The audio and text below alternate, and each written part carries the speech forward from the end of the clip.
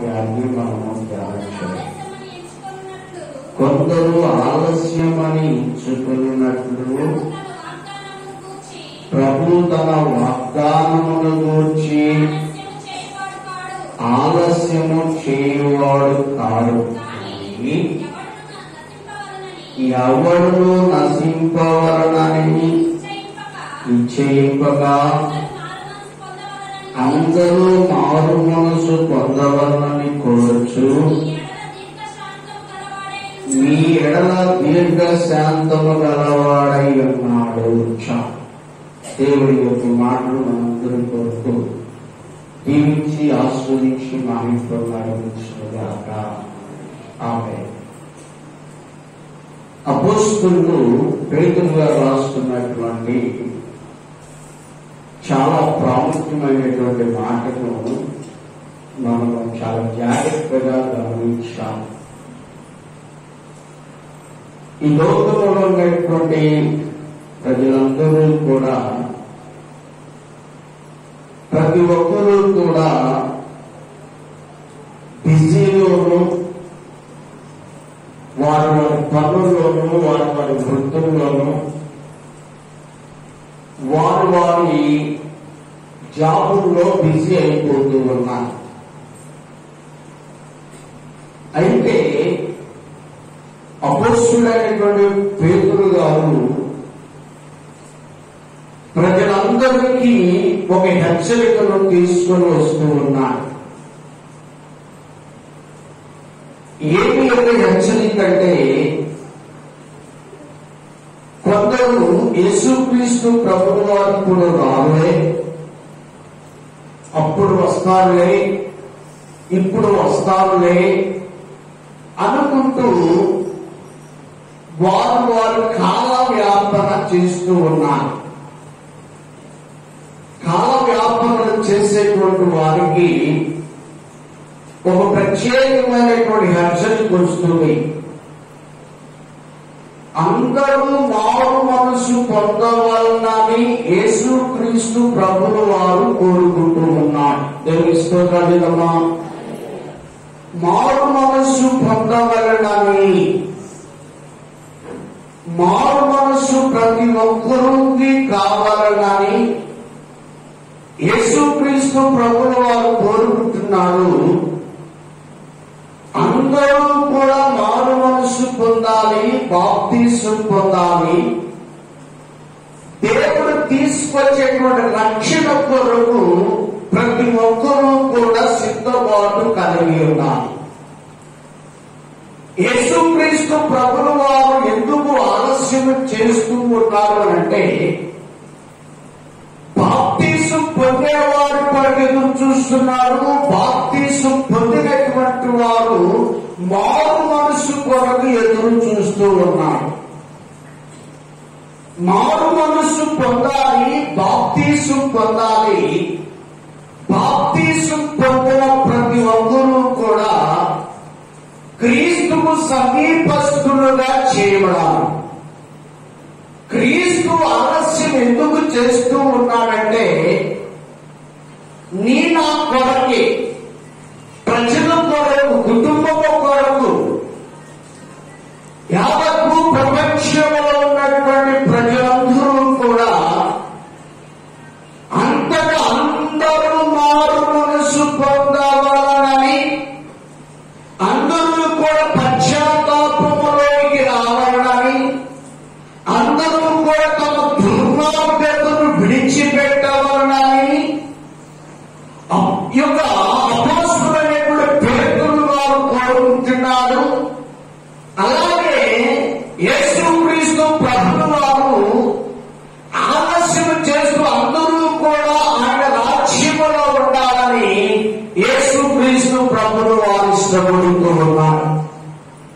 దేవుడి బిడ్డలమైనటువంటి మనము ఈ రోజున రక్షించబడినటువంటి నీవు దేవుడి స్వరాన్ని వినేటువంటి వ్యక్తిగా ఉండాలి. నీ మనసు ఎప్పుడూ కూడా మార్చుకుంటూ ఉండాలి, మార్పు చెందాలి. ఒకవేళ నీవు దేవుడు గొప్పవాడు తెలుసుకున్నటువంటి నీవు ఇంకా ఇంకనూ బాప్తిస్మము పొందకుండా ఉంటే ఇప్పుడే నీ పాపమును విడిచిపెట్టి బాప్తిస్మమును పొందడానికి సిద్ధపడాలని యేసుక్రీస్తు ప్రభువు వారు ఇష్టపడుతూ ఉన్నారు. అంత మాత్రమే కాదు కానీ ఈ లోకంలో పుట్టిన ప్రతి ఒక్కరికి కూడా మారు మనస్సు అవసరము. రెండవది బాప్తిస్మము అవసరము. బాప్తిస్మం పొందినటువంటి వారు ఆత్మీయ జీవితంలో పరిశుద్ధతలో దేవుని యొక్క ఉద్దేశాన్ని దేవుని చిత్తాన్ని నెరవేర్చేటువంటి వారిగా ఉండాలి. ఒకవేళ బాప్తిస్మం పొందడానికి ఇప్పుడు కాదునని తడవ చేస్తున్నావేమో, రేపు దినమును నీది కాదు, రేపు ఏమి జరుగుతుందో ఎవరికి తెలియదు. నీ జీవితం ఏ పాటిది అంతలో కనబడి అంతలో మాయమైపోయి ఆవిరి లాంటిది. నీ జీవితాన్ని ఇప్పుడే మనసును మార్చుకొని నీ ఒక తీర్మానంలోకి వచ్చి దేవుడి కొరకు చేసిన వాగ్దానము, ఆ వాగ్దానములో ఉండేటువంటి బిడ్డగా చేయబడాలి అంటే ఈ రోజునే నీ ఒక తీర్మానంలోకి వచ్చి మారు మనసు పొంది బాప్తిస్మం పొంది పరిశుద్ధాత్మలో పాలువారిగా చేయబడాలి. పరిశుద్ధాత్మలో పాలువారిగా చేయబడినప్పుడు దేవుని యొక్క కార్యాన్ని నీవు చూసేటువంటి వ్యక్తిగా చేయబడగలుగుతావు. మారు మనస్సు అనేటువంటిది చాలా అవసరమైన అంటున్నాడు. కొందరు ఆలస్యం ఎంచుతున్నట్లు ప్రభు తన వాగ్దానములు వచ్చిన ఆలోచన చేయవాడు కాదు కానీ ఎవరు నశింపోవని చేయకుండా అందరూ మారు మనస్సు పొందవాలని కోరుచు, అందరూ మారు మనస్సు పొందవాలని కోరుతూ ఉన్నారు. యేసుక్రీస్తు ప్రభువు వారు. దేవునికి స్తోత్రములమ్మా, మరొకసారి దేవుని బిడ్డలమైనటువంటి మనము జాగ్రత్తగా మనం పరిశీలించాం. మన కుటుంబాల్లో భర్త రక్షించబడలేదా? భార్య రక్షించబడింది. బాప్తిస్మం పొందింది, భర్త రక్షించబడలేదేమో. ఈ లోకంలో భార్య భర్త బిడ్డలు అందరూ కూడా ఒక కుటుంబం ఒక ఇంటిలో ఉండాలని ఎలా కోరుకుంటూ ఉన్నారో పరలోక రాజ్యంలో కూడా అలా ఉండాలని కోరుకున్నట్లయితే నీ భర్త రక్షించబడలేదేమో. ఈ రోజునే దేవుని మందిరానికి నీవు నడిపించేటువంటి బిడ్డగా నువ్వు చేయబడాలి. ఒకవేళ నీ పిల్లలు ఇద్దరు భార్య భర్తలిద్దరూ రక్షించబడి ఒకవేళ నీ పిల్లలు రక్షించబడలేదేమో, నీవు అల్లుడు రక్షించబడలేదేమో, నువ్వు మారు మనసు పొందలేదేమో, నీవు ఒకవేళ నీకు సంతానము బాప్తిస్మం పొందలేదేమో, ఈ రోజున ప్రభు బిడ్డగా చేయబడడానికి నీ సంతానం నీ కుటుంబమును దేవుని సన్నిధిలో ఉంచడానికి దేవుని సన్నిధిలో ఉండడానికి ఇష్టపడినట్లయితే ప్రభు కోరుకుంటున్నాడు నీ కుటుంబం సమీపముగా ఆయన రాజ్యములో ఉండాలని యేసుక్రీస్తు ప్రభువు వారు కోరుకుంటున్నాడు. ఈరోజు నువ్వు కోరుకునగలుగుతున్నావా?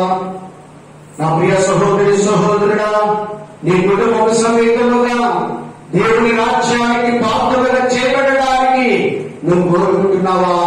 యేసుక్రీస్తు ప్రభువు వారు ఆలస్యం చేస్తున్నాడంటే నీ కుటుంబముల గురించేమో, ఒకవేళ నీ భర్త గురించేమో, ఒకవేళ నీ భార్య గురించేమో, ఒకవేళ నీ బిడ్డల గురించేమో, ఒకవేళ నువ్వు రక్షించబడలేదని ప్రభు ఆలస్యం చేస్తున్నాడేమో. ఈ రోజునే అది నీ కోసమని నీ కోసం ఆలస్యం చేస్తున్నాడని నువ్వు ఎందుకు అనుకోకూడదు?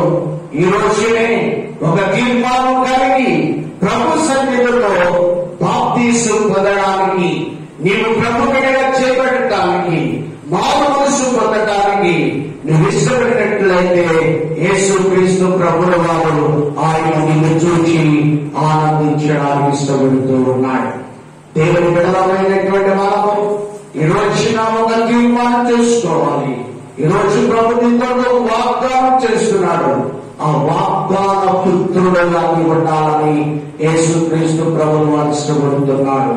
అందుకని యెషయా గ్రంథం యెషయా గ్రంథం 46వ అధ్యాయం, యెషయా గ్రంథం 46వ అధ్యాయం 13వ వాక్యాన్ని చదువుకుందాం.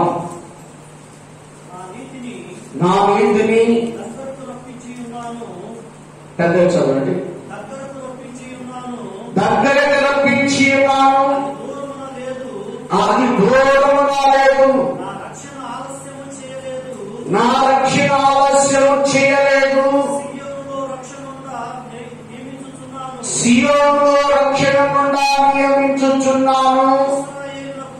ఇశ్రాయేలులకు నా మహిమను అనుగ్రహించుచున్నాను. చాలండి. ఇక్కడ చదవబడినటువంటి లేఖనంలో నా నీతిని దగ్గరకు రప్పించుచున్నాను, అది దూరముగా లేదు. యేసుక్రీస్తు ప్రభువు వారు నీవు రక్షించబడాలని, నీవు మారుమనస్సు పొందాలని, నీవు బాప్తిసం పొందాలని అది దూరముగా లేదు. అది నీ దగ్గరలోనే ఉంది, నీ సమీపంలోనే ఉంది, నీ ముందే ఉన్నది. నువ్వు చేసుకునేటువంటి తీర్మానమును బట్టి, నువ్వు చేసుకునేటువంటి తీర్మానమును బట్టి ఈరోజు నా ప్రియ సహోదరి సహోదరుడా, యేసుక్రీస్తు ప్రభువు వారు శక్తి కలిగినటువంటి వాడు, ప్రభావం కలిగినటువంటి వాడు.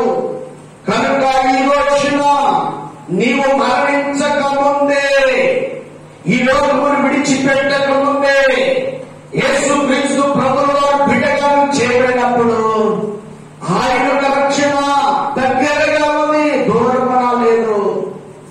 ఆయనను పిలిస్తే పలికేటువంటి వాడు.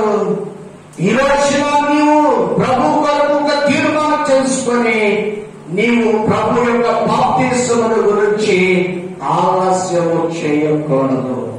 నువ్వు ఆలస్యం చేస్తున్నావా? ఈ రోజున ప్రభువుకు దూరంగా ఆ రక్షణ నీకు దూరంగా ఉందేమో, దూరంగా ఉంది అనుకుంటున్నావేమో. చాలా మంది అంటూ ఉంటారు, అయ్యా ప్రార్థనకి వెళ్ళండి అయ్యా అంటే వారు చెప్తూ ఉంటారు, ముందు ప్రార్థనకి వెళ్ళేటువంటి వారు మారాలండి అంటూ ఉంటారు. ప్రార్థనకి వెళ్ళేటువంటి వారు మారాలండి అని చెప్తూ ఉంటారు.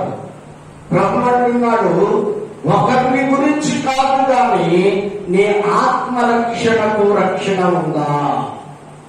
నీ ఆత్మరక్షణకు రక్షణ ఉందా? ఈ రోజున ప్రభు ప్రేమతో హెచ్చరిక చేస్తున్నాడు, ఆయన నిన్ను ప్రేమిస్తున్నాడు. అందుకే ప్రభు అంటున్నాడు, యోహాను సువార్త 3:16 అంటున్నాడు, దేవుడు లోకమును ఎంతో ప్రేమించను కాగా తన అద్వితీయ కుమారుని లోకములో పుట్టిన వారిని నశింపగా నిత్య జీవము పొందనట్లు ఆయన అనుగ్రహించబడెను. దేవునికి స్తోత్రాలు కదా. దేవుడు లోకమును ఎంతగానో ప్రేమించాను. ఎంత ప్రేమించానంటే ఎంతో ప్రేమించాను. ఇంత అంతని కొలవడానికి లేదు. ఆయన ప్రేమ ఇదిగో ప్రేమలో లోపు రేపు వెడల్పు దానికంటే కూడా విలువైనటువంటి ప్రేమ. ఆయన ప్రేమ వెళ్ళలేనటువంటిది. ఆయన నశించిపోయే నశించిపోయేటువంటి మనలను రక్షించాలని ఇష్టపడుతున్నాడు. మనుషులు ఈ లోకంలో ఉన్నప్పుడే ఒక సత్యాన్ని తెలుసుకోవాలి. ఈ లోకమును విడిస్తే మనం ఎక్కడికి వెళతాం? చాలా మంది అంటారు, చనిపోయిన తర్వాత ఎవరు చూడొచ్చారండి అంటూ ఉంటారు. నా ప్రియ సహోదరి సహోదరుడా, దేవుని లేఖనం చెబుతుంది, 2 ఉన్నాయి, ఒకటి నరకము, ఒకటి మోక్షం. ఈ రోజున నరకము నుండి తప్పించబడాలి అంటే, నరకాగ్ని నుండి విడిపించబడాలి అంటే, నరకములోనికి వెళ్లకుండా నీవు ముక్తి మార్గం పరలోక రాజ్యంలో నీవు చేరాలి అంటే ఈ రోజునే ప్రభు బిడ్డగా మారాలి. ఈ రోజునే ప్రభుని సొంత రక్షకునిగా చేసుకోవాలి. ఈ రోజునే నీవు బాప్తిస్మము పొందాలి. ఈ రోజునే ప్రభు రక్షణ. అందుకన్నాడు అపోస్తలుడైన పౌలు రోమపత్రికతో మాట్లాడుతూ అంటున్నాడు, నేడే రక్షణ దినము, నేడే రక్షణ దినము. ఈ రోజునే, రేపు అనేటువంటిది కాదు. రేపు దినములో ఆశ్చర్యపడము. రేపు ఏమి సంభవించవలనో ఎవరికి తెలియదు. అయ్యా రక్షించబడండి, అమ్మలారా రక్షించబడండి, అయ్యలారా రక్షించబడదని ఎందుకు ప్రేమతో హెచ్చరిక చేస్తున్నాడు? ఎందుకు ప్రేమతో పిలుస్తూ ఉన్నాడు? ఎందుకు ప్రేమతో నేను హెచ్చరిక చేస్తున్నట్టే, నీవు నరకము నుండి తప్పించబడాలని యేసయ్యకు ఇష్టమైనదంట. దేవునికి స్తోత్రమా. నిన్ను నరకము నుండి తప్పించబడటానికి, నువ్వు నరకములో ఉండకూడదనే యేసుక్రీస్తు ప్రభువు వారి లోకములోకి వచ్చి నీ పాపము నిమిత్తము, నువ్వు చేసినటువంటి ద్రోహము నిమిత్తము, నువ్వు చేసిన దోషముల నిమిత్తము, నీవు చేసిన ప్రతి పాపమును పరిహరించాలని నీ కొరకు శ్రమ పొంది, నీ కొరకు గాయపరచబడి, నీ కొరకు సిలువ వేయబడి, నీ కొరకు సమాధి చేయబడి 3వ దినమున అభిషేకం తిరిగి లేచాడు. నా ప్రియ సహోదరి సహోదరుడా, ప్రియ సహోదరి సహోదరుడా, ఈ రోజున బాప్తిస్మం పొందడానికి నువ్వు ఇష్టపడగలుగుతున్నావా? ఎంతకాలము ప్రభు సన్నిధిలో నిర్లక్ష్యం చేస్తావు? ఇప్పుడు కాదులని ఆలస్యం చేస్తున్నావు, ఇప్పుడు కాదులని ఆలస్యం చేస్తున్నావా? మారు మనసు సమీపంగా ఉన్నది, మారు మనసు సమీపంగా ఉన్నది. మార్పు చెందడానికి, ఈ రోజునే పాపమును నీవు దూరంగా వదిలిపెట్టడానికి, పాపము నుండి దూరంగా పారిపోవడానికి నువ్వు ఇష్టపడినట్లయితే ఈ రోజునే ఒక తీర్మానం చేసుకో. ప్రభు అంటున్నారు, ప్రేమైన వల్ల నా నీతి ఎక్కడుందంట? దగ్గరకు రప్పించుచున్నది. చూసారా? దగ్గరకు రమ్మంటుంది ప్రేమైన వల్ల. తర్వాత అన్నాడు, అది దూరమున లేదు, నా రక్షణ ఆలస్యము చేయలేదు. ఆలస్యం చేస్తున్నావా? నువ్వు రక్షించబడడానికి ఆలోచన చేస్తున్నావా? నా పిల్లలు రక్షించబడాలనుకుంటున్నావా? నా పిల్లలు పెళ్లి కావాలనుకుంటున్నావా? నా పిల్లల యొక్క అన్ని కూడా అయిపోవాలనుకుంటున్నావా? జాగ్రత్తగా మనం పరిశీలన చేయాలి. ఈ రోజునే దేవుడు ప్రేమతో హెచ్చరిక చేస్తున్నాడు, ప్రేమతో హెచ్చరిక చేస్తున్నాడు. ఒక స్త్రీ ప్రేమైన వల్ల అమెరికా దేశంలో గొప్ప బిజినెస్ మ్యాన్. ఆమె 24 గంటలు కూడా ఏదో నిద్రపోవటానికి కూడా టైం చాలదు. బాగా డబ్బులు సంపాదిస్తుంది, కానీ ఈ లోకంలో ఎన్ని ఉన్నా ప్రభు లేనటువంటి జీవితం జీరో, దేవుడు లేనటువంటి జీవితం 0.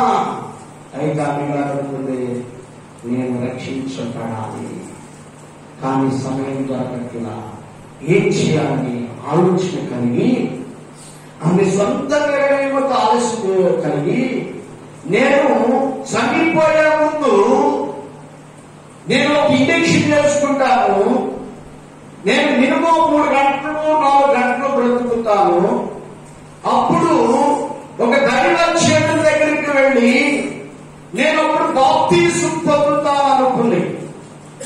పొందుతాననుకున్నప్పుడు సర్లని చెప్పేసి అలా ఉంటుంది. ఒక రోజున ఆమె కారులో ప్రయాణం చేస్తూ ఉన్నప్పుడు ఆమె అకస్మాత్తుగా పడిపోయింది, ప్రాణమును కోల్పోయింది.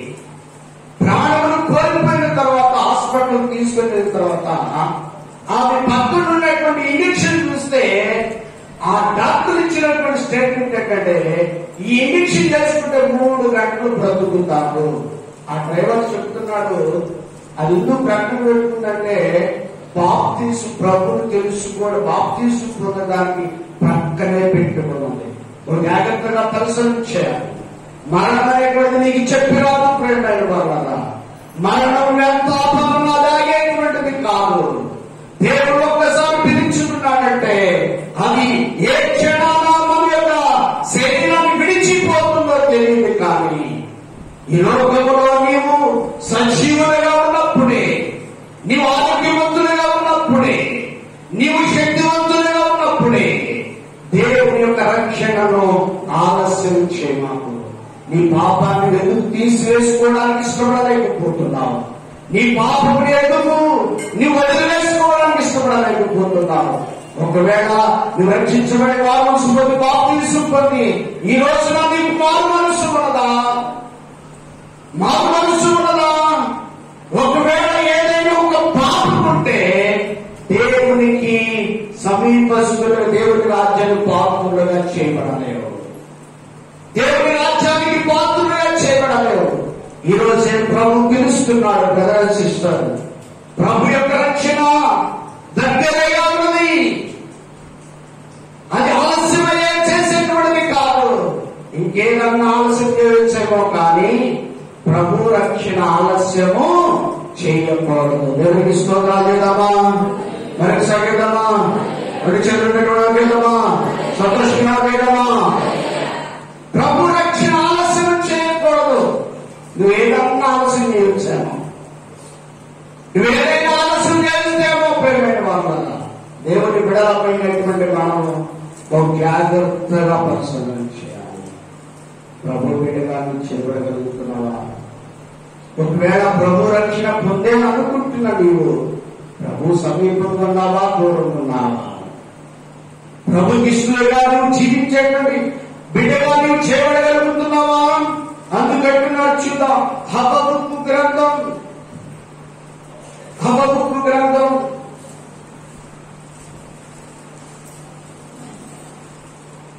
2వ అధ్యాయం 3వ వచనాన్ని చదువుకుందాం. ఆ దర్శన విషయము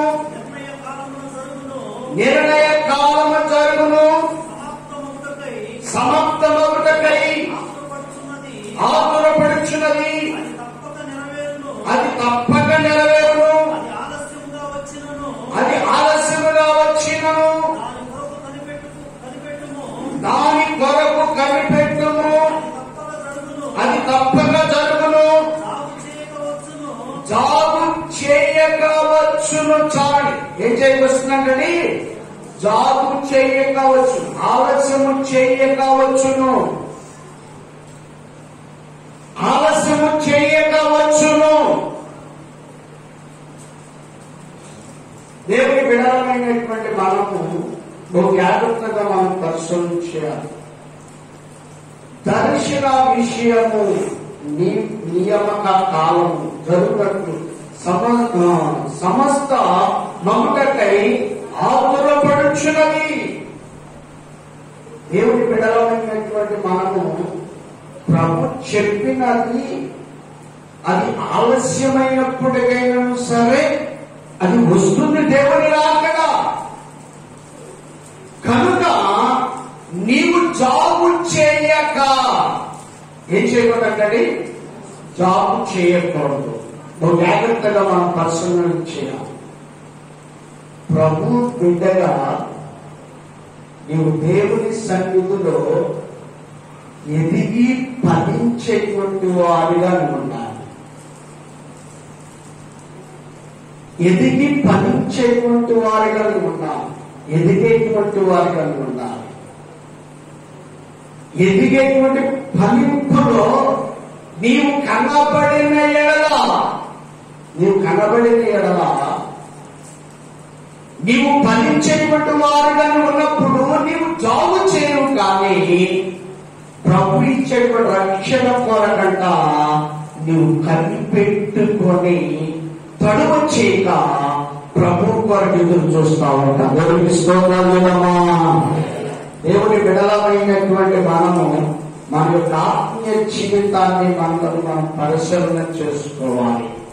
ఈ రోజునే నీ పాపాన్ని విడిచిపెట్టడానికి అందుకంటున్నాడు. చూద్దాం నెహెమ్యా గ్రంథం 9వ అధ్యాయము 35వ వచనాన్ని చదువుకుందాం. అమ్మ, వారు తమ రాజ్య పరిపాలన కాలమందు నీవు తమ ఎడల చూపించిన ఆ గొప్ప ఉపకారమును తలంచక నీవు వారికి ఇచ్చిన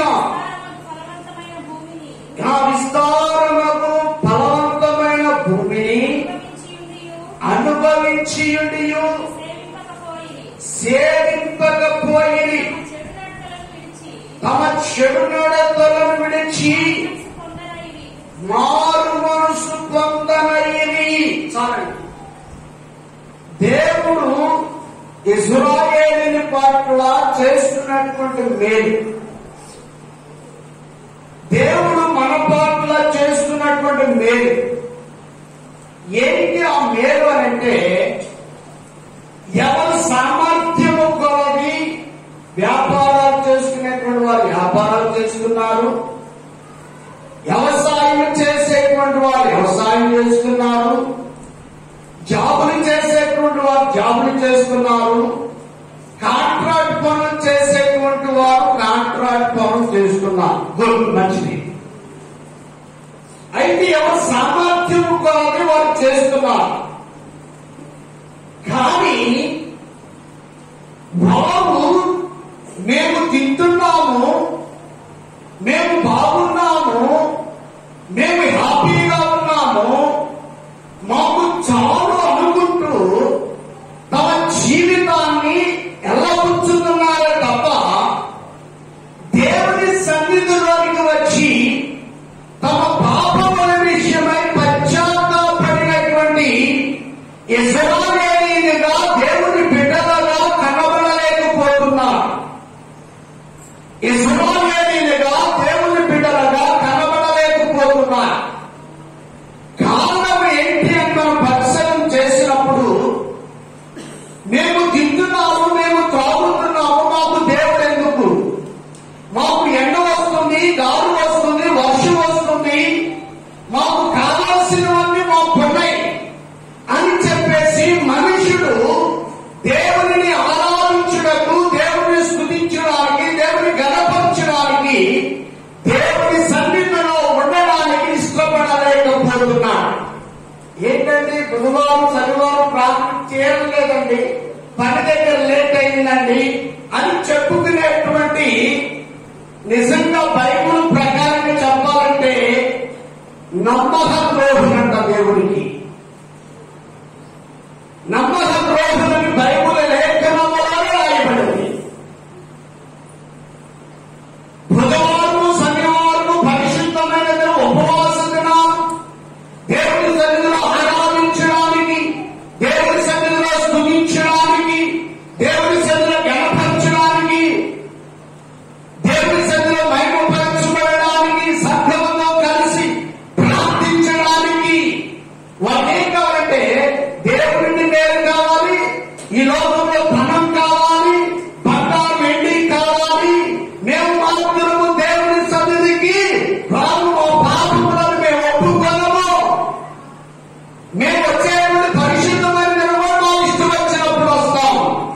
ఎంత దేవునికి అవిధేయులు చూడండి ప్రేమైన వాళ్ళ, ఇంతకంటే అవిధేయత మరొకటి ఉన్నదా? ఇశ్రాయేలు గురించి మాట్లాడుతున్నాడు.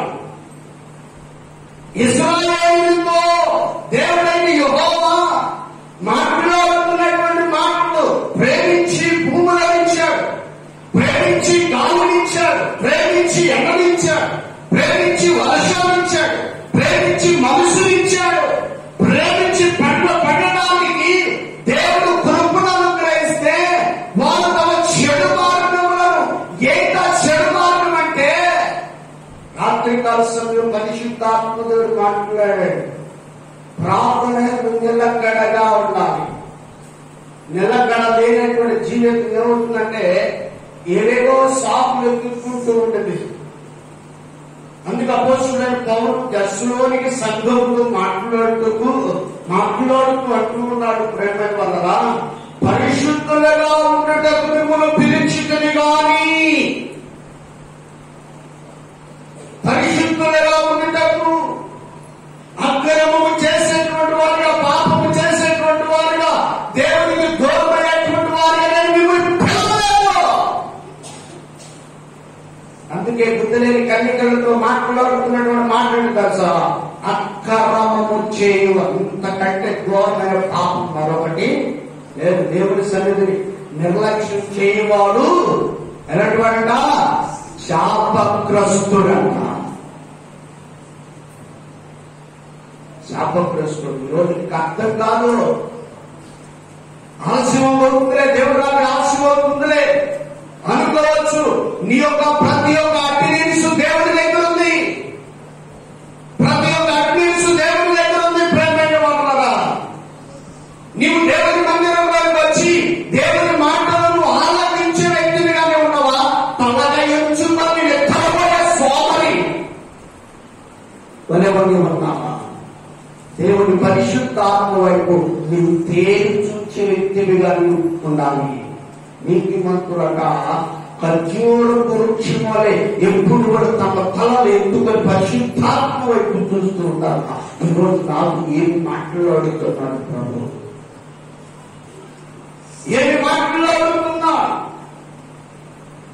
ఇశ్రాయేలీయులు గురించి మాట్లాడుతున్నటువంటి మాట ప్రేమైన వారులారా, ఎక్కడన్నాడు? తమ చెడు నడతలను విడిచి మారు మనసు పొందన్న వారైతివి.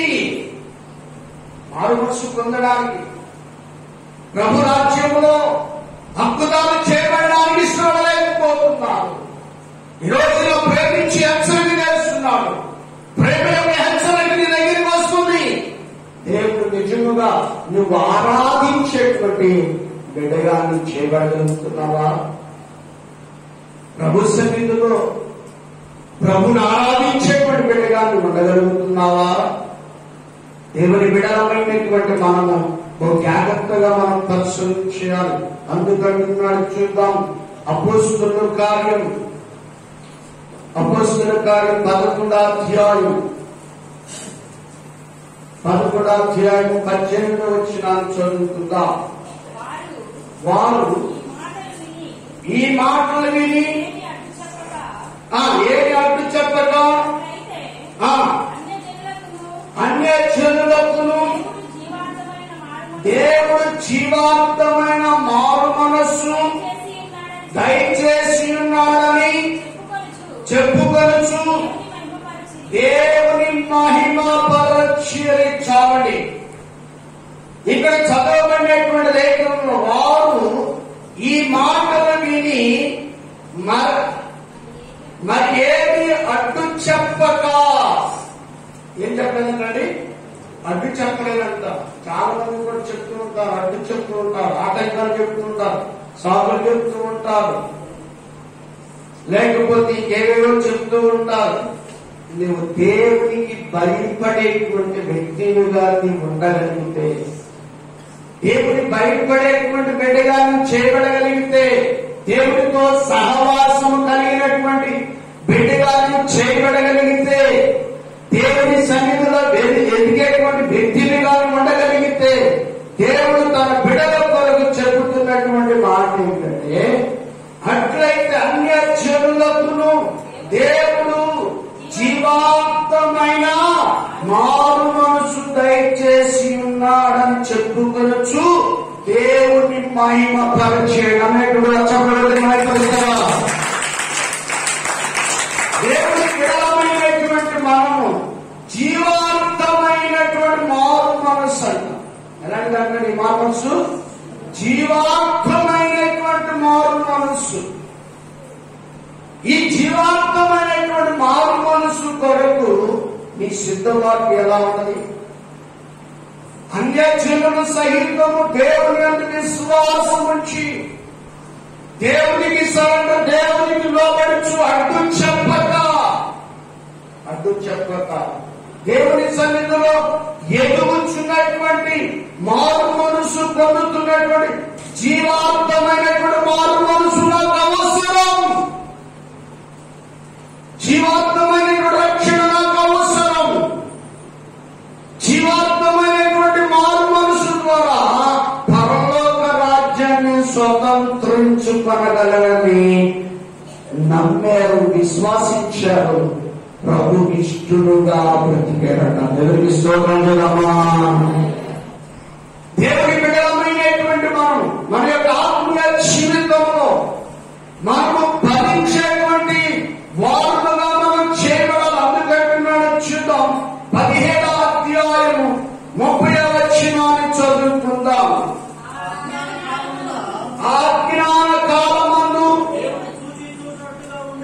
దేవుడు చూచి చూడనట్లుగా ఉండెను. ఇప్పుడైతే అంతగా అందరూ మారు మనసు పొందవలనని మనుషులకు ఆజ్ఞాపించుచున్నాడు. ఎవరికి స్తోత్రాలేదమ్మా? ఎవరికి ఆజ్ఞాపిస్తున్నాడ? మనుషులందరికీ ఆజ్ఞాపిస్తున్నాడు. ఆజ్ఞాన కాలమందు దేవుడు చూచి చూడనట్లుగా ఉండను. కానీ ఇప్పుడైతే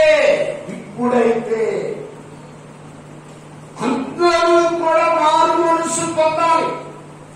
అందరూ బాప్తిస్మము పొందాలి. అందరూ ప్రభు బిడ్డగా చేయబడాలి.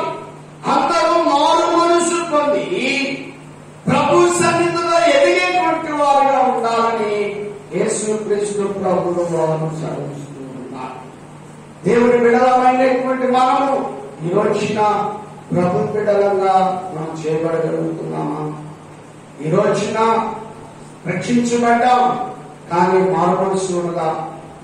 జీవార్థమైనటువంటి మారు మనసు కొరకు నువ్వు ఎదురు చూస్తున్నావా? ఈ రోజున నీ పాపమును విడిచిపెట్టుకోగలుగుతున్నావా? ఒకవేళ బాప్తిసం లేనటువంటి నీవు ఈ రోజునే మారు మనసు పొంది, ఈ రోజునే నీ పాపము విషయమై పశ్చాత్తాపడి, ఈ రోజున నీ పాపము విషయమై వీరికి కలిగిన పశ్చాత్తాపము కలిగి ఈ రోజున నీ పశ్చాత్తాపడి నాకు ప్రభు బిడ్డగా చేయబడాలని ఒక ఆశ కలిగి కన్నీరు కాచి రోదన చేసి నీ పాపమంతటిని కూడా విడిచిపెట్టి ప్రభు బిడ్డగా ప్రభు యొక్క రక్షణ బాప్తిసం పొందడానికి నువ్వు ఇష్టపడగలుగుతున్నావా? దేవుని బిడ్డలమైనటువంటి మనం జాగ్రత్తగా మనం పరిశీలన చేయాలి. ఈరోజు మారు మనసు నీకున్నదా? యేసయ్య ఇప్పుడు వస్తే ఎత్తబడే సంఖ్యలో మనం ఉన్నామా? ఎత్తబడే సంఖ్యలో మనం ఉన్నామా? జాగ్రత్తగా మనం పరిశీలించాలి. ఎత్తబడే సంఖ్యలో మనం ఉన్నామా? దేవుని బిడ్డలమైనటువంటి మనము జాగ్రత్తగా మనం పరిశీలించాలి. యేసుక్రీస్తు యొక్క రాజ్యంలో ప్రవేశించాలి. మారు మనసు సిద్ధంగా ఉన్నది. సమీపించినది, రక్షణ సమీపించినది, బాప్తిస్మం సమీపించినది. ప్రభు బిడ్డగా చేయబడాలని ప్రభు కోరుకుంటున్నాడు. నా ప్రియ సోదరుడి సోదరుడా, అందుకంటున్నాడు. చూద్దాం ప్రేమని వందరం. కొరింథీయులకు రాసిన 2వ పత్రిక 7వ అధ్యాయం 9వ వాక్యాన్ని చదువుకుందాం. మీరు దుఃఖపడతారని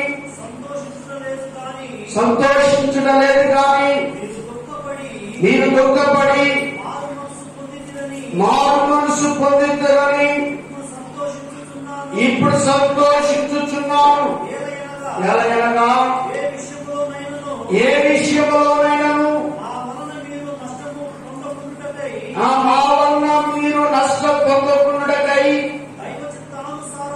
దైవ చిత్తానుసారముగా దుఃఖపడితిరి.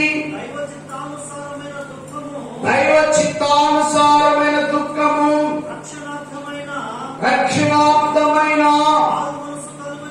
మారు మనసు కలుగ చేయును. దేవునికి స్తోత్రాలు చేద్దామా? రక్షణార్థమైన మారు మనసు కలుగు. నీవే విషయంలో దుఃఖపడుతున్నావు? దేవుని చిత్తానుసారముగా, దేవుని చిత్తానుసారముగా. ప్రేమైన వారు చాలా మంది ప్రతి ఒక్కటి దేవుని చిత్తానుసారమైన, దేవుని ఉద్దేశమైన, దేవుని ఇష్టమైన, దేవుని యొక్క అనుకూలమేనండి అని చెప్పేటువంటి అజ్ఞానులు, అజ్ఞానులు ప్రతి ఒక్కటి దేవుడికి లింక్ కాదు. అదే నీ మీద శాపముగా రావచ్చు. ఇద్దరు గొడవ అనుకుంటున్నారు, ప్రభు మధ్యలో తీసుకురావడం అవసరం లేదు. అసలు ప్రభు ఎంటర్ చేయకూడదు. దేవుని బిడ్డలమైనటువంటి మనము ప్రతిదీ కూడా దేవుని చిత్తమే. అపవాది అని సాతానుడు నిన్ను భ్రమ పెడుతుందని గ్రహించాను. భ్రమ పెడుతుందని నువ్వు గ్రహించాలి. జాగ్రత్తగా మనం పరిశీలన చేయాలి. దేవుని బిడలమైనటువంటి మనము ప్రభువు కొరకు ఒక సమర్పణ. అందుకే నోవహు ఎందుకు ప్రకటించవలసి వచ్చింది? ప్రజలలో మార్పు లేదు, మారు మనసు లేదు, మారు మనసు లేదు, మార్పు లేదు. అందుకనే దేవుడైన యెహోవా నరుల యొక్క చెడుతనమును చూచి దేవుడంట సంతాపము నొందాడంట. ఎందుకు దుఃఖపడవలసి వచ్చింది? దేవుడు ఎందుకు దుఃఖపడుతున్నారు? ప్రేమైన వాళ్ళను, దేవుని బిడలమైనటువంటి మనము బహు జాగ్రత్తగా మనం పరిశీలన చేయాలి. ఎందుకు నోవహుని దేవుడు చక్కగా వ్యవసాయం చేసుకుంటున్నాడు. నోవహు అడుగుతున్నాడు. పరలోకము నుండి ఒక మెరుపు వచ్చింది. మెరుపులో నుండి దేవుడు మాట్లాడుతున్నాడు. దేవుడు స్తోత్రాలు కదమ్మా. మెరుపులో నుండి దేవుడు మాట్లాడుతున్నారు. ఎవరు మాట్లాడుతున్నారు అని అంటే, నీవు ప్రజలకు ప్రకటన చేయి, అందరూ మారు మనసు పొందాలి, జలప్రళయం తప్పించుకోవాలి, జలప్రళయం నుండి విడిపించబడాలి. ఎందుకు వచ్చింది జలప్రళయం? జలప్రళయం దేవుడు తన సహస్రాలతో తయారు చేసిన మనుషుల మీద దేవుడి కోపం ఎందుకు వచ్చింది? ఎందుకు వచ్చింది అంటే, అక్రమైనటువంటి దుర్మార్గతం చేశారు. దుర్మార్గతం చేశారు. ఏంటో దుర్మార్గత అంటే, మాయా వరసం లేనటువంటి దుర్మార్గత. అందుకే చూడ ఆదికాండం 6వ అధ్యాయంలోకి వచ్చి ఆరంభించిన తర్వాత కుమార్తెల వారికి పుట్టినప్పుడు చక్కని వారిని చూచి వారందరిలో ఏం చేశారంట? ఎవరు పుట్టిన వాళ్ళ మనసు నచ్చిందండి. సైతాన్ బుద్ధ మనిషి బుద్ధ అండి.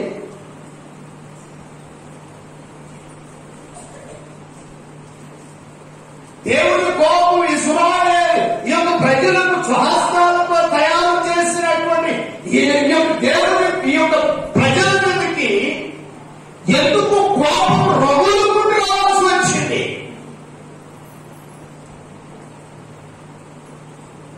దేవుని బిడలమైనటువంటి మనము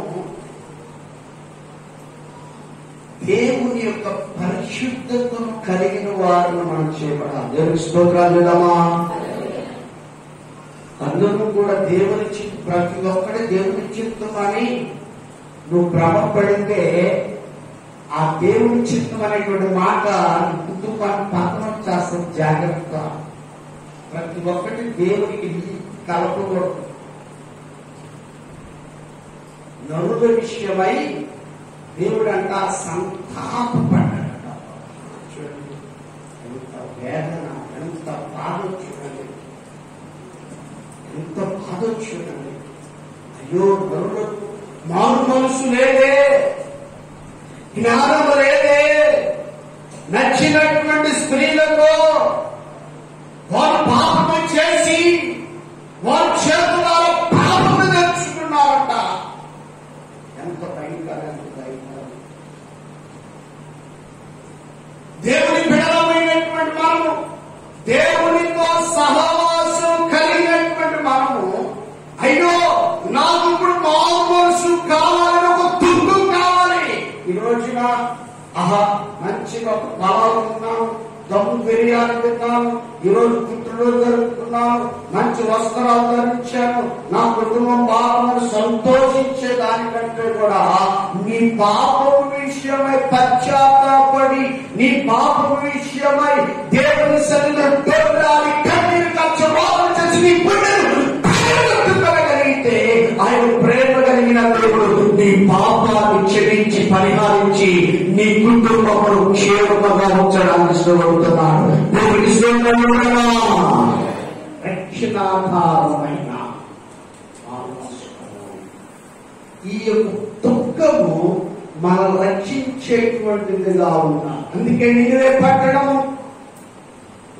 పట్టణముల గురించి పరిశుద్ధాత్మదేవుడు వారి మీద కనికరపడ్డాడంట, వారి మీద జాలి పడ్డాడంట. ఆయనే ఫస్ట్ కోపడినటువంటి ఇదిగో ఆయన నినివే పట్టణం మీదకి అగ్ని గంధకాలు దింపవలసినటువంటి దేవుని కోపం రావాల్సినటువంటి 40 దినాల్లో ఈ యొక్క పట్టణాన్ని నాశనం చేస్తానన్న దేవుడే ఆ పట్టణం మీదకి ప్రేమమయుడుగా దిగొచ్చాడంట. దేవునికి స్తోత్రాలు. ఎందుకంటే అప్పుడున్నటువంటి 120,000 మంది, 1,20,000 మంది కన్నీరు కార్చి రోదన చేసి దొల్లాడి పాపకులు తమ తిరుగుబాటు జీవితాన్ని దుఃఖంతో ఒప్పుకున్నారు, పశ్చాత్తాపంతో ఒప్పుకున్నారు. వారు పశ్చాత్తాపంతో ఒప్పుకున్నారు కనుకనే ఆయన కోపాన్ని మడుచుకొని ప్రేమమయుడుగా, కరుణించేవాడుగా, రక్షణాత్మకమైనటువంటి మానవసు వారికి వచ్చింది కనుక రక్షించేలా చూడని యేసు ఆయన నినివే పట్టణంలోకి దిగి వచ్చాడు.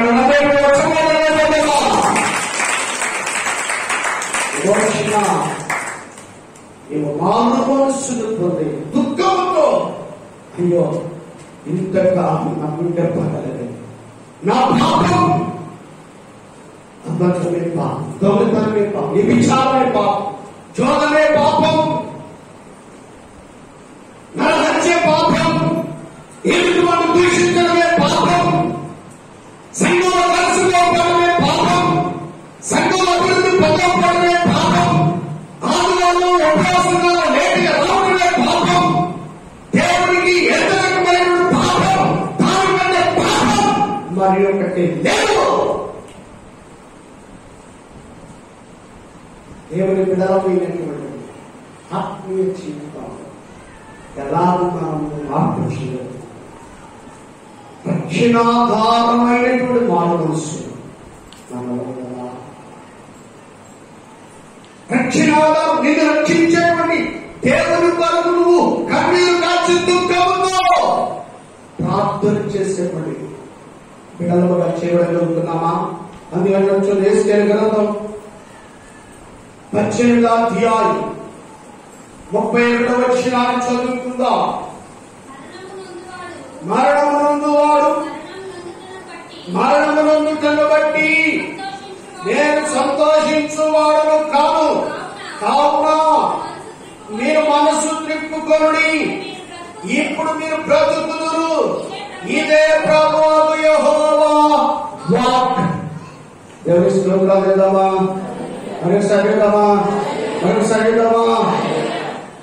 దేవుని బిడ్డలమైనటువంటి మనకు మరణమునందువాడు మరణమునందుట నాకు సంతోషమా? లేదు, నేను సంతోషించడానికి ఇష్టపడుతున్నది. అయ్యో నా ప్రజలు జలప్రళయములో ప్రజలు నశించిపోతుంటే దేవుడు సంతాపం ఏడ్చాడంట, కన్నీరు కార్చాడు, రోదన చేశాడు. అయ్యో నా ప్రజలు ఎలా తిరుగుతున్నారు, పాపానికి ఆహుతులైపోయారు. అందుకే ప్రభు అన్నాడు, నీ ఈ లోకమును విడిచిపెట్టక ముందే, ఈ లోకమును విడివక ముందే నీ జీవితం ఏర్పడుతుంది. నీటి మీద బుడగ లాంటిది, నీటి మీద ఆవిరి లాంటిది నీ జీవితం. నీటి మీద బుడగ ఎప్పుడు పగిలిపోతే ఎవరికి తెలియదు. మానవుని యొక్క హృదయంలో ఉన్నటువంటి ఊపిరి ఎప్పుడు పోతే ఎవరికి తెలియదు. షాపులోకి వెళ్తే ఒక సెల్ కొనుక్కున్నప్పుడు ఎన్ని సంవత్సరాలండి గ్యారంటీ? ఒక 20,000 1,00,000 ఒక 5,00,000 రూపాయలు పెట్టో ఒక సెల్ కొంటుంటే ఒక గ్యారంటీ అడుగుతున్నావు.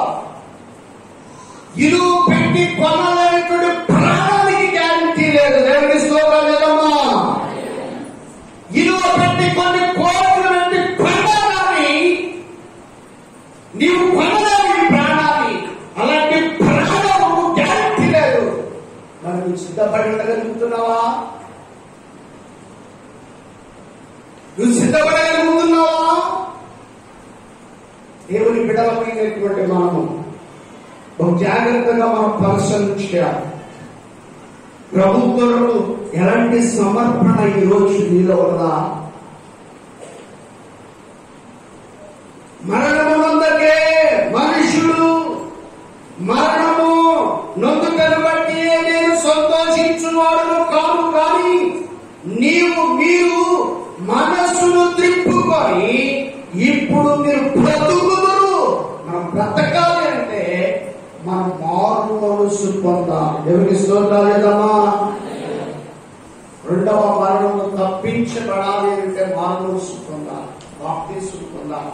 బాప్తిస్మం పొందిన బిడ్డలు రక్షణకు సమీపముగా కనిపెట్టాలి, ఎదురు చూడాలి.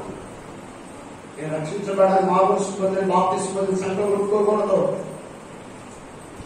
సంఘం కొట్టుకోకూడదు. ప్రేమైన వాళ్ళరా, నీతి పరిశుద్ధతను కాపాడుకుంటూ మనల్ని మనం కాపాడుకుంటూ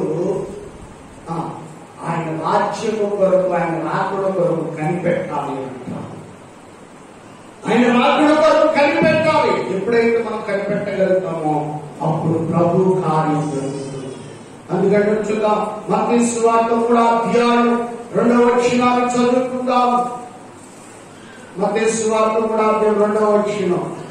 పరలోక రాజ్యము సమీపించి ఉన్నది, మారు మనసు పొందుడని యోదయ అరణ్యములో ప్రకటించుచుండెను. చాలని యోహాను గారు ప్రకటిస్తున్నాడు, పరలోక రాజ్యము సమీపించి ఉన్నది. ఏం సమీపించి ఉన్నదంటే పరలోక రాజ్యం. ఎవరి స్తోత్రాలు చేద్దామా, పెద్ద చేద్దామా. పరలోక రాజ్యము సమీపించి ఉన్నది. మారుమొస్తుందా? మారుమొసు పొందుడని యోదయ అరణ్యములో ప్రకటించుచుండెను. ప్రకటన పరిశుద్ధాత్మను మన ఎదురు తీసుకుని వస్తున్నాడు. ఈ రోజున విడుదలవుతుంది. ఈ ఒక తీర్మానం తండ్రి చేసిన వాగ్దానం కొందరు ఆలస్యం అని ఎంచుకున్నట్లు, కొందరు ఎంచుకోమాకు. మన జీవితాలు ఏ పాటివి రేపు ఉంటామో మనకు తెలియదు. దేవుని బిడ్డలమైనటువంటి మనకు జాగ్రత్తగా మనం పరిశీలించాలి. ఒక పట్టణం లాభం సంపాదించుకునే వద్దామనే వాళ్ళని నిన్ను శ్రమ, ఆ రోజు లేకుండా బాప్తిస్మం లేకుండా నువ్వు ఎన్ని సంపాదించిన ఏది కూడా నిన్ను రక్షించాలి. ఒక ఆయన గారు అట్లున్నాడు. ప్రేమైన వాళ్ళ గంటకి 5 లక్షలు ఇస్తారు. గంటకి 5 లక్షలు ఇస్తున్న ప్రాణాన్ని రక్షించండి. నేను డాక్టర్తో మాట్లాడుతున్నాను. డాక్టర్ అంటున్నాడు, అయ్యా మా చేతుల్లో లేదు, ఏ దేవుడు వల్ల కూడా కాదని ఒకే ఒక దేవుడు వల్ల అవుతుంది. ఆయన గురుతుల నుండి లేచి ఏ సేవ అవుతున్నాడు. దేవుని స్తోత్రాలు లేదమ్మా. అంటున్నాడు, గంటకి 5 లక్షలు, గంటకి 5 లక్షలు రాకించుతాడు. మా చేతుల్లో లేదు. నేను పై ట్రీట్మెంటే చేస్తాను. నువ్వు బ్రతకాలన్నా, నువ్వు చనిపోవాలన్నా ఆయన చేతిలో. ఒకవేళ నువ్వు బ్రతకాలని సమాధిలోనే తిరిగి లేపుతాడు, కానీ ప్రాణం అనేది నా చేతుల్లో. నేనేదో ట్రీట్మెంట్ మా జ్ఞానము కొలది, దేవుడు మాకు ఇచ్చిన జ్ఞానం కొలది, మేము చదువుకున్న కొలది మేము ట్రీట్మెంట్ చేస్తున్నాం, కానీ మీ ప్రాణం బ్రతికించాక మా వల్ల కాదు. ప్రతిలాడుతూనే ఉన్నాడు. అలాగే చనిపోయాడు. డాక్టర్ చేతులు పట్టుకున్నాడు, బ్రతికించాడు. అలాగే చనిపోయాడు. ఈరోజు నేను పొందడానికి ఇష్టపడుతుంటాను. ఈ లోకంలో పుట్టిన ప్రతి ఒక్కరికి బాప్తిస్మం అవసరం. పరలోక రాజ్యం అందరూ కూడా పరలోక రాజ్యం ఉండాలని ప్రేమ కలిగి యేసునాథుడు కోరుకుంటున్నాడు. ఆయన ప్రేమ కలిగినటువంటి వాడు కోరుకుంటున్నాడు. నా ప్రియ సహోదరి సహోదరుడా, ఈరోజు యేసు వైపు చూడగలిగితే ఆ రక్షణ సమీపంలో ఉంది, దూరంగా ఉంది, దగ్గరగా ఉంది. ఈరోజు తీవ్రనామం చేస్తూ ప్రార్థించడం దేవుడికి దేవుడికి ఆశ్రయించిన నడిపించగా ప్రార్థించడం మరొందరూ కూడా ప్రార్థించడం మరొందరూ కూడా మా ప్రాణపడి పశ్చాత్తాపడి ఒక తీర్మానంలో ఎంత కాలం రక్షణ లేకుండా